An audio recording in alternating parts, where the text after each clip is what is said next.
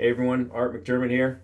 Welcome to Friday morning, and it is time for the questions of the week for the Successful Aging Academy. Big shout out to Rick Cavallero for sending these in. They're going to be relevant to everybody. So here we go. For home workouts, if you don't have a treadmill and all you have is an exercise bike, is it okay to substitute one for the other? And is the time on the bike the same as the time on the treadmill? Or is it better to substitute some other exercise? So a lot going on in that question. Here you go. Number one, yes, you can substitute in a bike. I prefer the treadmill. Why? Because the big difference is, of course, you're supporting your body weight on your feet. On the thing about the exercise bike is you do need to make a conscious effort to go a little bit harder because you don't have that challenge of supporting your body mass on your legs, right? It's really just it's your leg muscles themselves doing all the work, really. So you do need to be conscious. You might want to crank that resistance up a little bit and the intensity up a little bit. You can afford to go a little harder on a bike because actually it is safer as well, right? You're not going to have impact on your feet. The chances of slipping, falling, of course, are diminished quite a bit. And if you reach that fatigue point, you can kind of just stop. A treadmill, it gets you have to slow it down. You have to step off it. It gets a little trickier. But yes, short answer is yes. You can substitute in. I do think you need to push the limits a little bit more on a bike.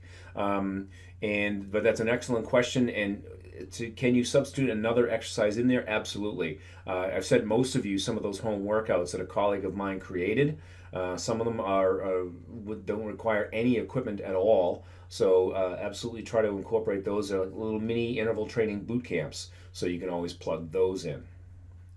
There's a question about shoulder exercises that has come up.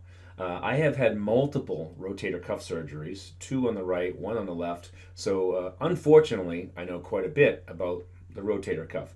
So what I'm going to do is I'm going to film a little circuit at the gym and I'm going to post that out to the group. So stay tuned for that one.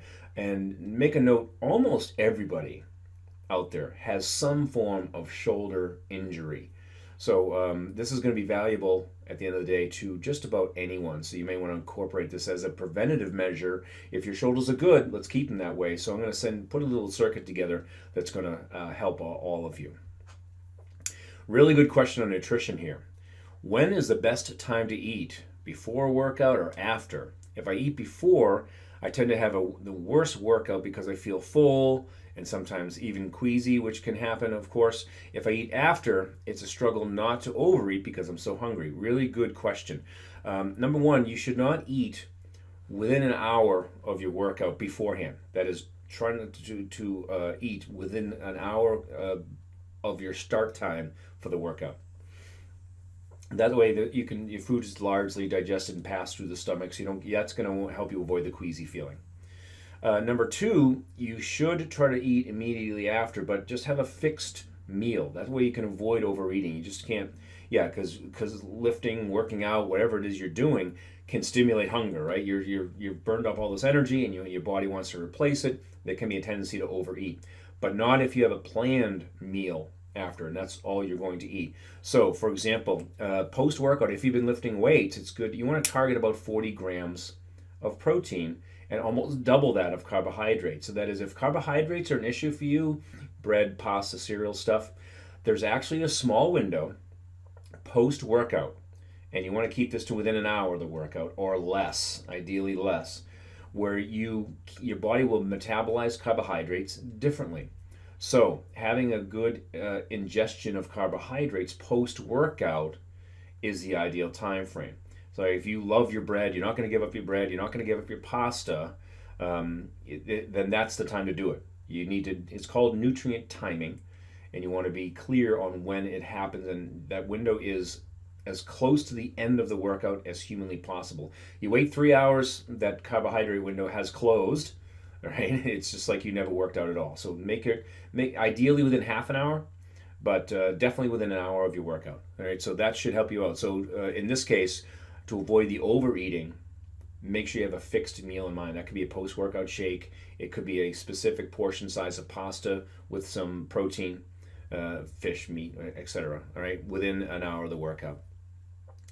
This is a good one that's related to intermittent fasting, which I'm a big fan of, by the way. Intermittent fasting, very briefly, is you want to eat from, call it noon to 8 p.m. You're not allowed to eat outside that window, which means skipping breakfast, which a lot of people do anyway. And they say, oh, breakfast, most important meal of the day. Not if you're doing intermittent fasting. You can eat only from noon to 8, and of course, you're not eating garbage during that time. You should be controlled, healthy meals. But what that does is help burn body fat. So if you are not used to eating breakfast, just having coffee or tea, is it okay to skip the breakfast items on the nutrition plan? Yes, short answer. And this individual has gotten used to not eating till 11:30, which happens to be the time that I target in my intermittent fasting, because I tend to eat. I don't tend to eat anything after 7 p.m. At all, very rarely, unless dinner somehow got pushed way back. So, yes, it's okay to skip breakfast. Yes, you need to eat ample amounts of food between that 11:30, 7:30, noon to 8 window. Okay, which is better? Coffee, green tea, black tea, just plain water? Well, another good question. I look at it this way. If I'm going to work out, I'm always going to have some form of caffeine, which could mean tea or coffee, whatever your preference is, right? We're talking caffeinated regular green tea, for example. Water during the workout, obviously not too convenient to drink the coffee and tea during your workout. And coffee will improve the quality of a session. Caffeine, I should say, will improve the quality of your workout by up to 10%. It increases endurance, excites the nervous system, so the weights you're going to lift are going to be better. So that's a short answer.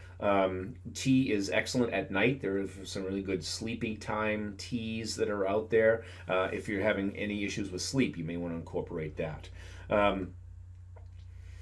If you don't like nuts, right? I've talked about this before. I'm a big fan of mixed nuts. Not everybody is, right? Is it okay to snack on, for example, cherry tomatoes, carrots, sliced peppers, etc.? Or does it have to be something that has a basic fat in it, like nuts? Anytime you're incorporating vegetables is good.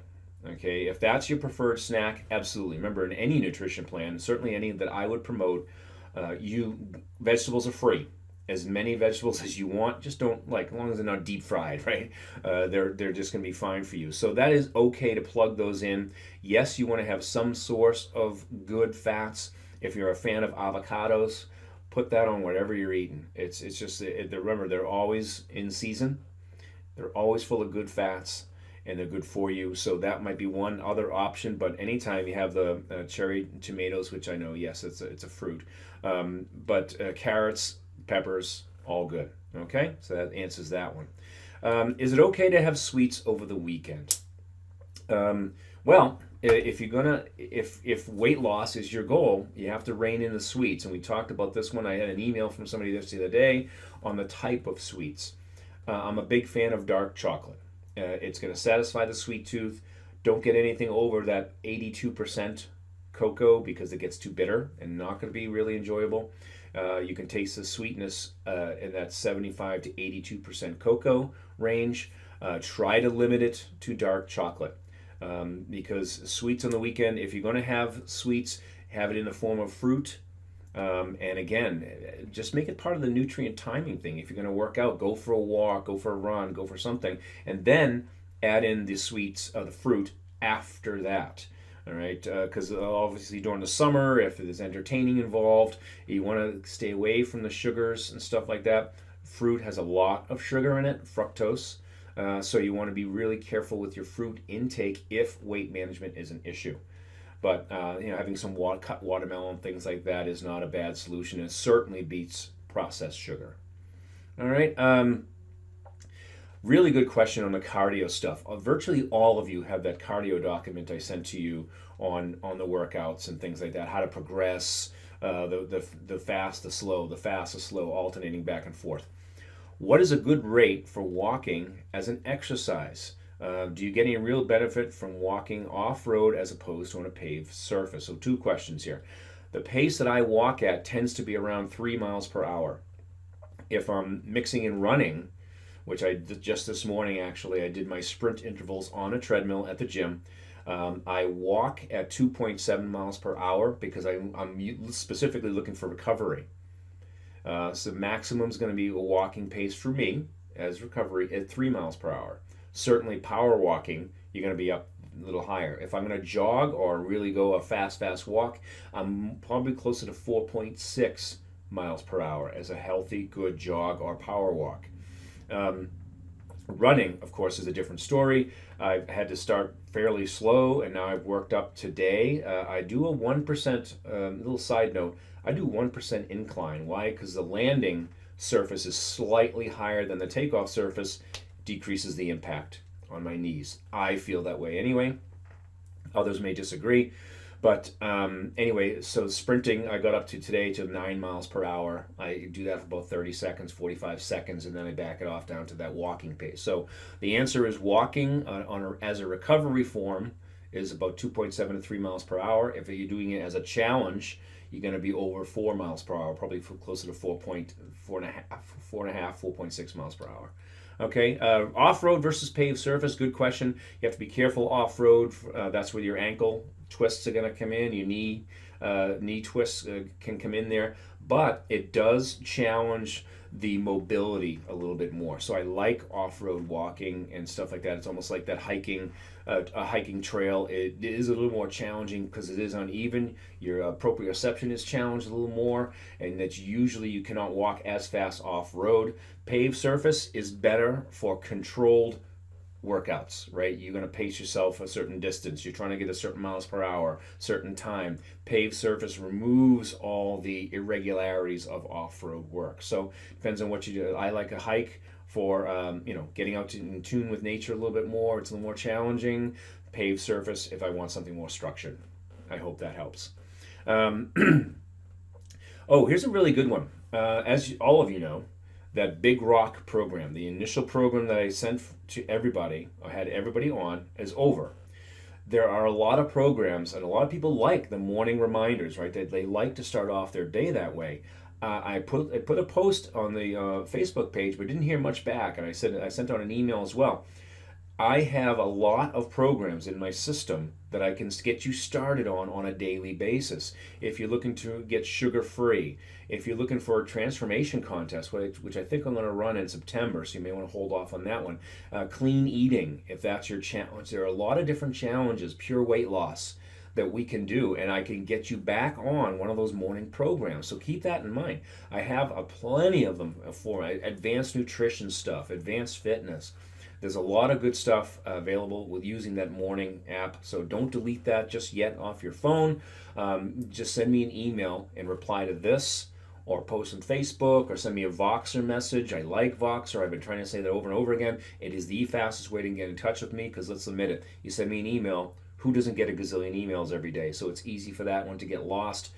How many Voxer messages do you think I get every day? All right, a lot easier to track, a lot quicker way to get to me.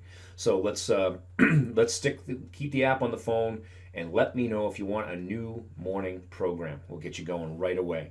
And I am going to start to design. This goes to a bigger issue, and again, this is why it's a beta program. A lot of people are not comfortable creating their own workouts. Certainly, you shouldn't have to. That's the point of a coaching program. I like to create those for you.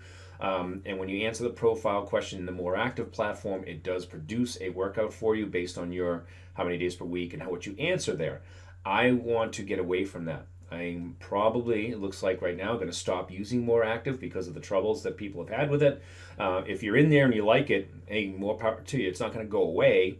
But going forward, when I design a program, I'm going to design it specific for you, and I'm just going to send you the PDF with the videos directly. It's going to be a lot easier to work with. I know what you're doing. I know when to change your program, that whole thing. So don't worry about too much about the technical issues of creating your own program in More Active. There's no need for you to be doing that. I like to be able to do that for you. Okay? A lot of questions there today. I realize, I hope this didn't take too long. I'm right at about coming up on 15 minutes.